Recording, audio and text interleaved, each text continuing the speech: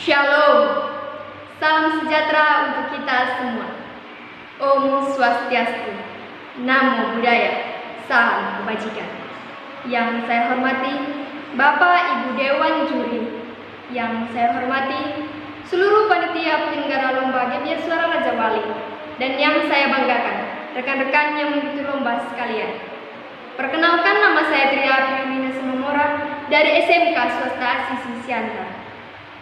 Puji syukur kita panjatkan kehadiran Tuhan Yang Maha Esa, karena atas berkat dan rahmat-Nya lah sampai saat ini kita senantiasa diberi kesehatan dan kesempatan untuk dapat melaksanakan lomba pidato Gebiar Suara Raja Wali secara virtual.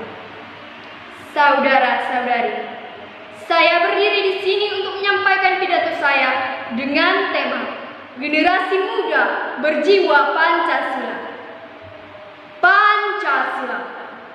Peringati hari sejarahnya, ketahui makna yang terkandung di dalamnya, dan ucapkan tekad persatuan untuk terus menjadikan Pancasila sebagai landasan hidup berbangsa dan bernegara. Generasi Muda Indonesia. Istilah Pancasila sendiri berasal dari bahasa Sanskerta, yaitu panca yang berarti lima dan sila yang berarti dasar atau asas.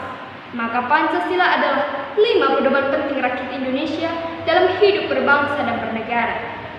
Adapun 5 pedoman penting tersebut adalah: 1. Ketuhanan yang Maha Esa. Artinya, kita diwarnai oleh nilai-nilai keyakinan, yakni 6 agama atau kepercayaan yang diakui di Indonesia dan norma-norma yang berlaku. Kedua, kemanusiaan yang adil dan beradab. Artinya, kita menolak paham radikalisme. Ketiga, persatuan Indonesia. Artinya, kita menolak perpecahan bangsa dengan alasan apapun. Keempat, kerakyatan yang dipimpin oleh hikmat kebijaksanaan dalam permusyawaratan perwakilan. Artinya, kita menolak kepentingan satu golongan. Kelima, keadilan sosial bagi seluruh rakyat Indonesia. Artinya, kita menolak adanya pembangunan yang tidak berkeadilan. Saudara-saudari, Pancasila sebagai dasar dan ideologi negara Indonesia merupakan seperangkat nilai yang menjadi pandangan hidup atau way of life bagi bangsa Indonesia. Kondisi ini meniscayakan bahwa fondasi bernegara dan praktik hidup berbangsa dan bernegara harus berlandaskan pada nilai-nilai Pancasila. Namun, dalam beberapa tahun terakhir ini, ada fakta-fakta peristiwa kekerasan yang berhubungan dengan agama terjadi. Kekerasan tersebut bisa saja menimpa kelompok-kelompok agama dengan dalih argumen pembelaan agama dan sebagai alat penghinaan terhadap agama. Hal ini dapat menjadi pemicu terjadinya sebuah kekerasan. Fenomena kekerasan berbasis agama berawal dari pemikiran yang eksklusif, berubah menjadi sikap sosial yang intoleran, dan berujung pada tindakan radikal yang memusuhi dan menyerang kelompok berbeda, kemudian menjadi teroris yang merusak tatanan kemanusiaan dan hidup umat manusia. Kejahatan terorisme sendiri menyebabkan begitu banyak orang yang tidak berdosa menjadi korban. Banyak orang menyebut peristiwa kekerasan berbasis agama ini adalah anomali, yakni secara sosial budaya dan sosial politik tidak ada penjelasan yang memadai, karena hal ini belum pernah terjadi dalam kurun waktu 50 tahun masa kemerdekaan Indonesia. Intoleransi, radikalisme, apalagi terorisme tidak ada dalam tradisi Indonesia. Dalam pidatonya, Soekarno pernah berkata, "Kita mendirikan negara Indonesia semua buat semua. Bukan Kristen buat Indonesia, bukan Islam buat Indonesia, tetapi Indonesia buat Indonesia, semua buat semua." Negara yang kita dirikan ini haruslah negara yang bergotong royong dalam memperjuangkan kemerdekaan Indonesia.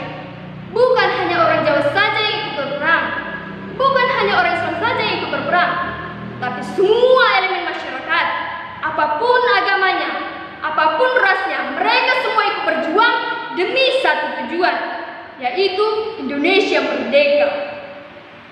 Sangat disayangkan sekali, perjuangan yang penuh pengorbanan itu harus dikotori oleh tindakan-tindakan anti intoleransi dan rasisme yang gencar terjadi.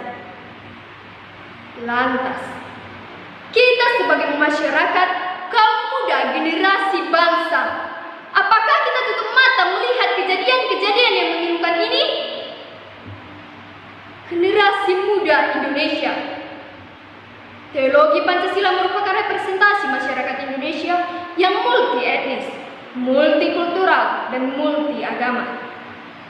Pancasila sebagai ideologi dan falsafah negara Indonesia merupakan acuan nilai bagi kerukunan dan toleransi antar pemeluk agama.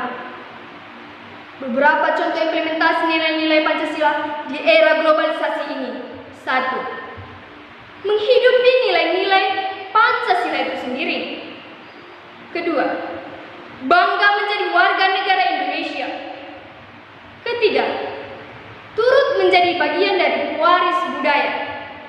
Keempat, menguatkan identitas bangsa serta mengharumkan nama bangsa melalui prestasi.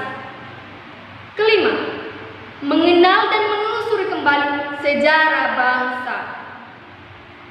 Ingat, Pancasila dibuat bukan hanya untuk hafalan atau teori semata, tetapi Pancasila juga butuh implementasi nyata dari setiap nilai-nilai luhur yang ada pada Pancasila.